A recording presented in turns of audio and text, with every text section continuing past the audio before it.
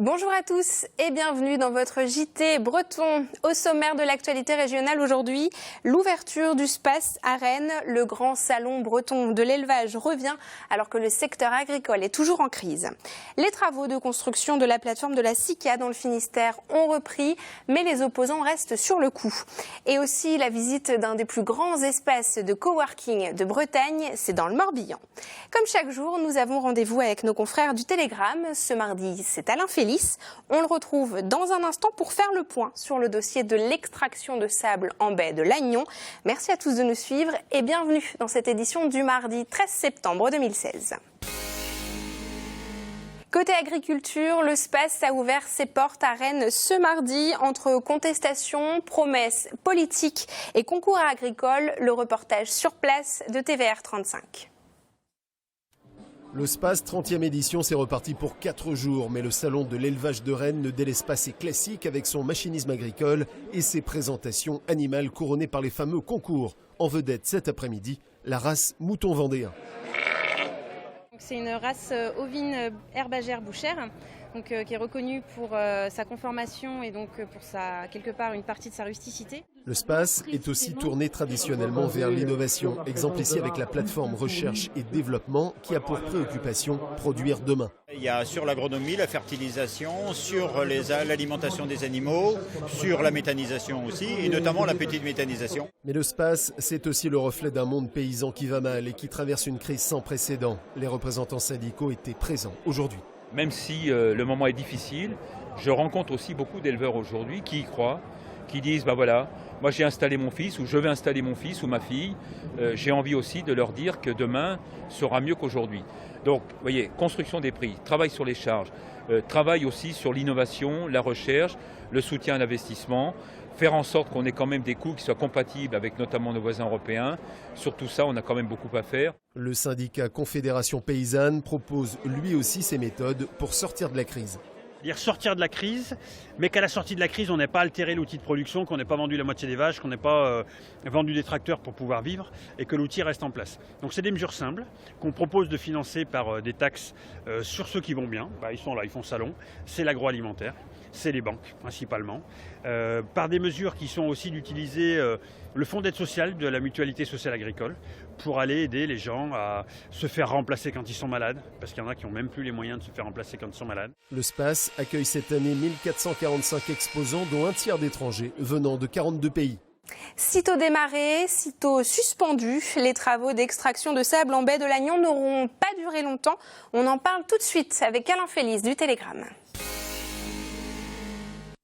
Et c'est un nouveau frein au projet d'extraction de sable dans les Côtes-d'Armor. Après la manifestation de ce dimanche à Lannion, c'est désormais la ministre de l'Environnement, Ségolène Royal, qui a décidé de lancer dès cette semaine une inspection pour vérifier que les prescriptions d'exploitation sont bien respectées. Je cite, « Les travaux se sont donc arrêtés. Alain, Ségolène Royal, c'est une figure à part dans ce gouvernement.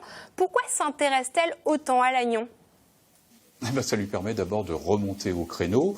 Elle a reçu donc les opposants à ce projet d'extraction de sable coquillé en baie de Lannion et effectivement elle lance une mission d'inspection pour voir si tout se passe bien dans les règles, car les opposants disent que l'extraction de ce sable fait courir de grands risques écologiques.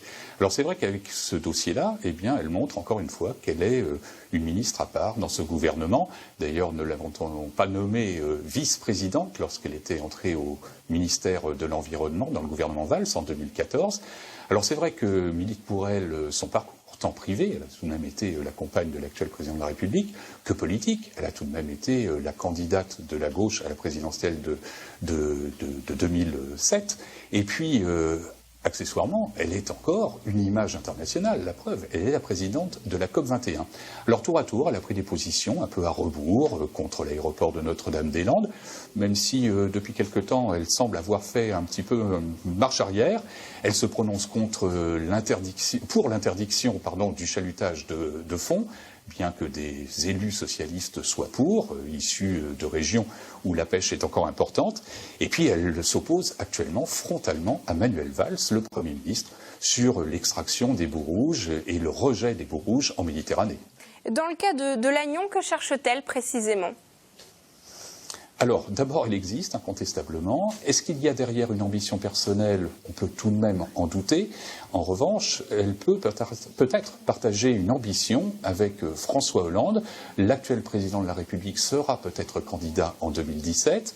En prenant des positions favorables à l'écologie, eh bien, elle peut attirer à elle et à lui l'électorat écologique. Toute la question est de savoir si cela suffira. Ce n'est pas sûr, ce n'est pas une sinécure, mais après tout, qui risque rien n'a rien. Merci beaucoup Alain pour ces explications. On retrouve le Télégramme dès demain. Toujours dans le domaine agricole, l'opposition au projet de plateforme logistique de la SICA. Les travaux ont redémarré en début de semaine. Une surprise pour les opposants qui rappellent que 2 recours sont encore en attente de jugement. Les explications de Camille Pochet de TBO. Les travaux reprennent sur le site de Villargraine à Saint-Paul-de-Léon. Le chantier de construction d'une nouvelle plateforme de conditionnement menée par la SICA avait débuté en 2011.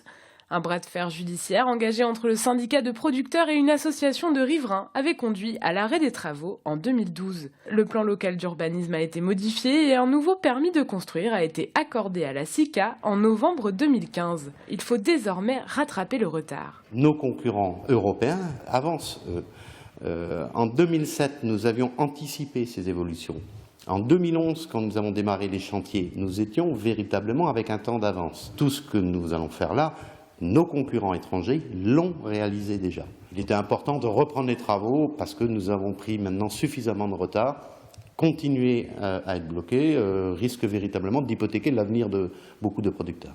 Depuis le début du projet, certains riverains craignent que l'implantation de la plateforme n'entraîne des nuisances sonores, environnementales et ne desserve le patrimoine de la commune. Le manoir de Carmorus, classé monument historique depuis avril dernier, est situé à quelques mètres de la zone. On est particulièrement surpris de voir commencer les travaux. On a quand même 2 recours toujours en place. Les problèmes de fond n'ont toujours pas été réglés, aussi bien sur le plan de la loi littorale par exemple, que le problème de nuisance, que les problèmes d'accessibilité.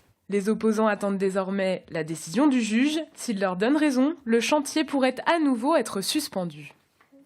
Partons maintenant à la découverte de ce qui est sans doute l'un des plus grands espaces de coworking de Bretagne.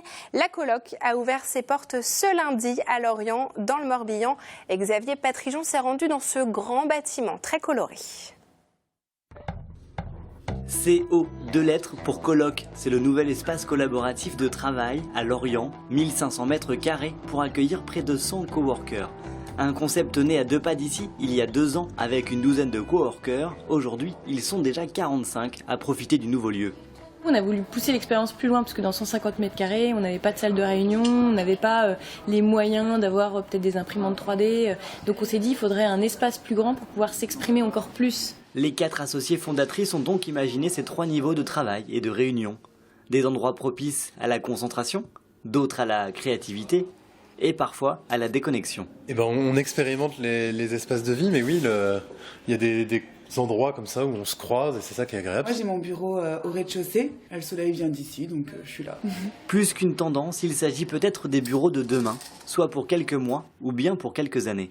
Première matinée, très bien. On a pu bosser en toute tranquillité, donc c'était l'objectif souhaité, donc pas de souci. Auparavant, je louais un appartement sur Lorient et je payais à peu près 2 fois le prix de mon bureau actuel ici, sauf que je disposais pas de tous les services. 3 accueils possibles, du travailleur nomade à la start-up en bureau fixe. Demain, il faudra mieux travailler ensemble. Il faudra vraiment qu'on apprenne à créer des nouvelles synergies de business. Où on estime que la concurrence est vraiment une force plutôt qu'une faiblesse, quoi. Maintenant, il faut faire vivre ce bâtiment. L'agenda se remplit avec des rencontres, conférences et événements. Patrick Baudry, 2e astronaute français à avoir été dans l'espace, était à Quimper ce lundi. Il a rencontré près de 200 lycéens finistériens pour une conférence « La tête dans les étoiles ». Le mot d'ordre de cette rencontre, croire en ses rêves. Anaïs Plateau l'a rencontré. On écoute l'astronaute. À 4 ans, je rêvais d'être pilote, quoi. C'était vraiment une motivation et je pense qu'on a une motivation, rien n'est difficile. et surtout rien n'est impossible. Donc c'est ce que j'essayais de leur faire comprendre à travers une passion, celle de l'espace. J'espère qu'un certain nombre d'entre eux pourront s'intégrer aux différentes équipes qui travaillent dans l'espace, parce que là je suis convaincu que l'espace sera un domaine dans le futur encore plus passionnant et qui amènera beaucoup à nous autres habitants de notre planète. Et que s'est-il passé dans le reste de l'actualité bretonne? C'est le résumé de l'actualité en 60 secondes par Benjamin Bréon du Télégramme. À Lorient, 10 mètres de trottoir se sont effondrés ce lundi, heureusement sans faire de blessés. L'accident pourrait être dû aux fortes pluies de samedi, ce qui permet de rappeler aux Morbihanais que non, le Nord-Bretagne n'a pas le monopole de l'humidité. À Lannion, il y avait déjà des boîtes à livres permettant d'échanger gratuitement des ouvrages avec d'autres habitants de la ville. Désormais, il y a une boîte à crayons, au cas où Gargantua ou Goliath voulaient prendre des notes, ou au cas où on voulait relancer le supplice du PAL en nette perte de vitesse ces dernières années. À Brest enfin, un spectacle de danse impromptu appelé La Mère, la Fille et l'Araignée a été donné hier place Wilson au centre-ville. Il s'agissait de la dernière étape du Tour de France des deux artistes. Un peu de poésie dans un monde de béton brut, en face de la rédaction du Télégramme et de TBO. Une nouvelle version de Danse avec les stars donc.